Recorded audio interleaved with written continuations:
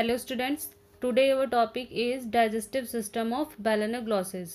Students, digestive system of balanoglosses most important question है आपके long question के purpose से। तो अब हम देखते हैं कि डाइजेस्टिव सिस्टम में हम क्या क्या स्टडी करते हैं। इसमें हम balanoglosses की कंप्लीट एलिमेंट्री कैनाल को पढ़ते हैं और balanoglosses कैसे अपने फूड को डाइजेस्ट करता है उसको देखते हैं। तो एलिमेंट्री कैनाल क्या होती है? तो alimentary canal tube like structure है जो कि माउथ से स्टार्ट है और एनस पर फिनिश होती है। तो एलिमेंट्री कैनाल में कौन कौन से पार्ट हैं? माउथ से, then buccal cavity, then pharynx, फिर oesophagus, then intestine, then anus.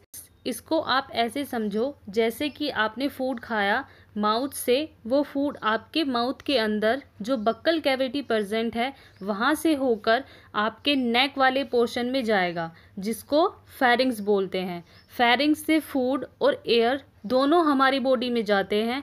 फिर फूड गले से नीचे एक ट्यूब के थ्रू इंटेस्टाइन में जाता है। उस ट्यूब को इसोफेगस बोलते हैं जो फूड को इंटेस्टाइन में ले जाती है। इंटेस्टाइन में ही फूड का डाइजेशन होता है और फिर जो अनडाइजेस्टेड फूड होता है वो एनस के थ्रू बाहर निकाल दिया जाता है। तो अब हम balanoglosses की एलिमेंट्री कैनाल डिटेल में स्टडी करेंगे। तो फर्स्टली आपका जो पार्ट है क्या है? माउथ। जैसे कि हमें पता है balanoglosses की बॉडी 3 पार्ट में डिवाइड होती है।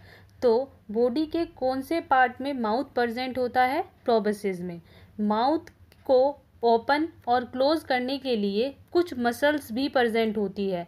जो मसल्स रेडियली प्रेजेंट होती है तो वो हेल्प करती है माउथ की ओपनिंग में। उनको रेडियल मसल्स फाइबर बोला जाता है और जो मसल्स माउथ को क्लोज करने में हेल्प करती है उनको कॉन्ट्रैक्टाइल मसल्स फाइबर बोलते हैं। ये सर्कुलर मसल्स होती हैं जो कि शॉर्टनिंग ऑफ माउथ में हेल्प करती है। पहले ऐसा माना जाता था कि balanoglosses का माउथ हमेशा खुला रहता है। फिर डिटेल स्टडी जब की गई तो पता चला कि माउथ हमेशा ओपन नहीं रहता, क्लोज हो जाता है फूड को लेने के बाद, जिसमें मसल्स हेल्प करती हैं। ओके स्टूडेंट्स, माउथ में जब फूड एंटर कर जाता है तो वो बक्कल कैविटी में ओपन होता है।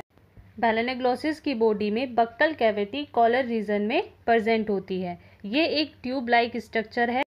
बक्कल कैविटी शॉर्ट, होलो, स्टिफ, यानी कि शॉर्ट मीन्स छोटा, होलो मीन्स सिलेंडर लाइक और स्टिफ मीन्स उभरी हुई कैविटी है जो कि ओपन होती है बक्कल डाइवर्टिकुलम में। ये बक्कल डाइवर्टिकुलम फिर किस में ओपन होता है? प्रोबेसिस सीलोम में, जो कि हमने इससे पहले वाली वीडियो में डिटेल में पढ़ा था। ओके स्टूडेंट्स, बक्कल कैविटी में जो टिश्यू होते हैं उसमें आपको ग्रैंडुअल ग्लोबुलेट सेल्स भी नज़र आती है जो एमाइलेज सिक्रीट करती है ताकि फूड को छोटे छोटे पेयर्स में तोड़ा जा सके उसको एब्जॉर्ब करने के लिए। ओके स्टूडेंट्स, एलिमेंट्री कैनाल का नेक्स्ट पार्ट है फेरिंग्स।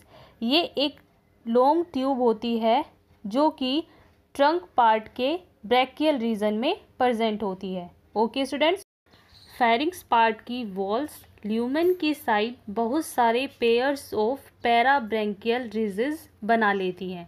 ये रिजेस फेरिंग्स के ल्यूमेन को इनकम्प्लीटली 2 पार्ट में डिवाइड कर देते हैं। First dorsal brachial portion, second ventral digestive portion. तो फर्स्ट है आपका डोर्सल ब्रैकियल पोर्शन को रेस्पिरेटरी पोर्शन भी बोलते हैं क्योंकि इस पोर्शन में गिल स्लिट्स प्रेजेंट होते हैं जो कि यू शेप की 2 रो में अरेंज्ड होते हैं। गिल स्लिट्स की हेल्प से balanoglosses रेस्पिरेशन करता है तो डोर्सल पोर्शन रेस्पिरेशन में हेल्प करता है। सेकंड है वेंट्रल डाइजेस्टिव पोर्शन। ये तो हमें नेम से ही पता चल रहा है कि डाइजेशन में हेल्प करता है। वेंट्रल पोर्शन ऑफ फेरिंग्स में सिलिएटेड एपिथेलियम टिश्यू और ग्लैंड सेल्स प्रेजेंट होती हैं। ये सिलिएटेड सेल्स हेल्प करती है फूड को कलेक्ट करने में और ग्लैंड सेल्स हेल्प करती है कंसंट्रेटेड करने में। ओके, जब फूड कंसंट्रेटेड हो जाता है फिर वो मूव करता है ईसोफेगस में। ईसोफेगस एक ट्यूब लाइक स्ट्रक्चर है जो फेरिंग्स और इंटेस्टाइन को कनेक्ट करता है। फेरिंग्स पार्ट का जो डोर्सल ब्रैकियल रीजन है वो ईसोफेगस के अपर पोर्शन तक प्रेजेंट होता है और पोस्ट ब्रैकियल कैनाल बनाता है। यह कैनाल काफ़ी मोटी और बहुत सारे फोल्ड स्ट्रक्चर्स जिसमें ग्रैंडुअल एपिथेलियम एमाइलेज को सिक्रीट कर देता है। ईसोफेगस का पोस्टीरियर पार्ट काफ़ी नैरो होता है जहाँ से फूड इंटेस्टाइन में एंटर कर जाता है। इंटेस्टाइन ट्रंक रीजन से स्टार्ट होती है। इंटेस्टाइन फर्दर 2 पार्ट में डिवाइड होती है। फर्स्ट है hepatic region of intestine, second है post hepatic region of intestine. First hepatic region means यहाँ पर ब्लड सप्लाई बहुत अच्छे से होता है। ये पार्ट हाईली वस्कुलर होता है। हिपैटिक रीजन में हिपैटिक सीके प्रेजेंट होते हैं। इस रीजन में जो सेल्स प्रेजेंट होती है वो डार्क ग्रीन और डार्क ब्राउन होती है, इसीलिए इंटेस्टाइन की वॉल डार्क नज़र आती है। सेकंड पोस्ट हिपैटिक रीजन, ये पतली और स्ट्रेट ट्यूब वाला पोर्शन होता है इंटेस्टाइन का। ओके स्टूडेंट्स, इस पोर्शन में pairs of dorso lateral groves present होते हैं जो कि सिलिएटेड एपिथेलियम टिश्यू से कवर्ड होते हैं।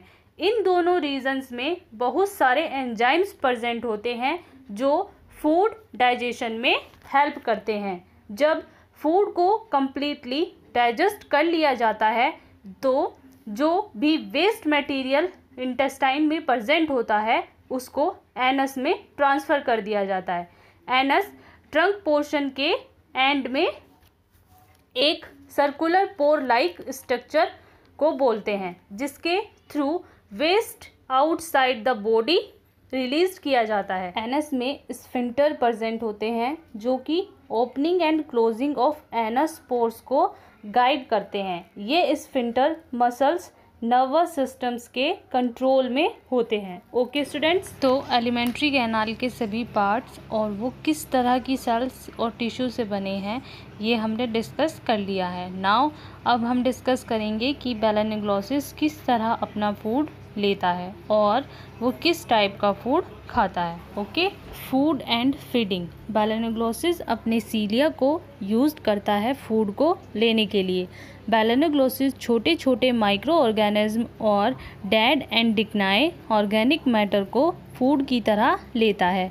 बेलेनोग्लोसिस अपने सीलिया को मूव करता है जिससे वाटर करंट जनरेट होता है और वाटर बॉडी के अंदर जाता है। फिर सीलिया वाटर को फिल्टर करके उसमें प्रेजेंट माइक्रो ऑर्गेनिज्म और ऑर्गेनिक मैटर को बॉडी के अंदर भेज देता है। वहाँ से फूड पार्टिकल्स डाइजेस्टिव फेरिंग्स में मूव कर जाते हैं। बेलेनोग्लोसिस की बॉडी में कुछ प्रीओरल सिलियरी ऑर्गन्स प्रेजेंट होते हैं जो कि कॉलर रीजन में प्रेजेंट होते हैं। ये ऑर्गन्स फूड की क्वालिटी को चेक करते हैं। तो स्टूडेंट्स, बेलेनोग्लोसिस कैसे अपना फूड लेता है हमने डिस्कस कर लिया। नाउ फूड का डाइजेशन कहाँ और कैसे होगा अब हम उसको देखते हैं। डाइजेशन, जैसे कि हमें पता है कि फूड सीलिया की हेल्प से मूव करता है, तो एलिमेंट्री कैनाल के सभी पार्ट्स में जब फूड पार्टिकल्स मूव करते हैं वहाँ पर बहुत सारे एंजाइम्स भी प्रेजेंट होते हैं। एंजाइम को मेनली ग्लैंड्स सेल्स सिक्रीट्स करती हैं। ये एंजाइम्स स्पेशली बॉडी के फेरिंग्स, ईसोफेगस और हिपैटिक रीजन्स ऑफ इंटेस्टाइन में प्रेजेंट होते हैं जो कि फूड पार्टिकल्स को एब्जॉर्ब करने में हेल्प करते हैं ताकि उसको डाइजेस्ट किया जा सके। Okay students.